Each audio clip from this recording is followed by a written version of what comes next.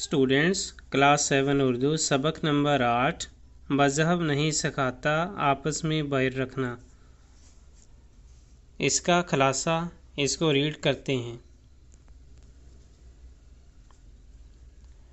आबद खुर्शीद साहब उर्दू के बेहतरीन उस्ताद थे। वो बच्चों की तालीम व तरबियत पर बहुत तवज्जो देते थे। आज सुबह जब वो स्कूल आ रहे थे तो रास्ते में भीड़ देखकर रुके। वहाँ दो अफराद के दरमियान मामूली सी बात पर झगड़ा हो रहा था। एक ने दूसरे को छुरी से ज़ख्मी कर दिया।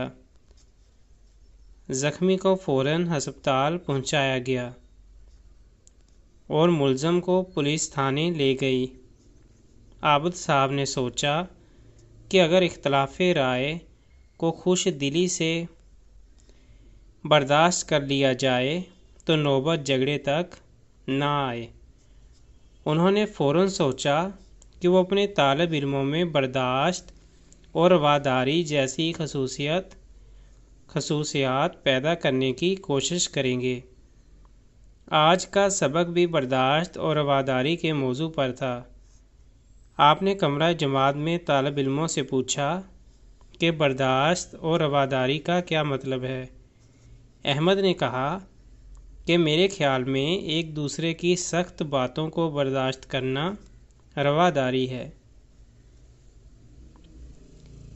आबद खुर्शीद साहब ने बच्चों को समझाते हुए कहा कि जिन लोगों के साथ हमारा मजहबी, लिसानी, नस्ली या सियासी इख्तलाफ राय हो, उनसे अच्छा रवैया रखना और उनकी नापसंदीदा बातों को बर्दाश्त करना रवादारी है। दुनिया के तमाम मज़ाहब अमन, सुलहजोई, भाईचारे और रवादारी की तालीम देते हैं। कोई मज़हब भी दूसरों से नफ़रत करने का सबक नहीं देता। अगर हम दूसरों से नरमी और मोहब्बत से पेश आएंगे तो लोग हमारी बात सुनेंगे और बर्दाश्त करेंगे। दीन इस्लाम में बर्दाश्त और रवादारी पर बहुत ज़ोर दिया गया है। आप खातमुन नबीयीन सल्लल्लाहु अलैहि वसल्लम बहुत नरम दिल और मेहरबान थे। अगर आप खातमुन नबीयीन सल्लल्लाहु अलैहि वसल्लम सख्त मजाज और सख्त दिल होते तो लोग आप सल्लल्लाहु अलैहि वसल्लम के करीब आने के बजाय आप सल्लल्लाहु अलैहि वसल्लम से दूर भागते। नबी करीम खातमुन नबीयीन सल्लल्लाहु अलैहि वसल्लम की मुबारक ज़िंदगी में दरगुजर की लातादाद अमली मसाले मौजूद हैं। फ़तह मक्का का मौका हो या सफ़र ताइफ का वाक़या, जंगी कैदियों की बात हो या दुश्मन की औरतों और बच्चों के साथ हुस्ने सलूक का मामला, आप खातमुन नबीयीन सल्लल्लाहु अलैहि वसल्लम ने हर मौका पर सब्र व तहम्मुल, सिला रहमी, माफ़ी, हुस्ने सलूक, बर्दाश्त और वफ़ादारी का सलूक रवा रखा। मिसाक मदीना रवादारी की उम्दा तरीन मिसाल है। इस्लाम ने अक़लियतों के हकूक़ पर बहुत ज़ोर दिया है, यानी मुस्लिम माशरे में तमाम मज़ाहब के लोग अपनी मर्ज़ी से अपने मज़हब के मुताबिक जीने का हक़ रखते हैं। इस मामले में उनसे किसी तौर सख्ती का रवैया अख्तियार करने से ममानत की गई है।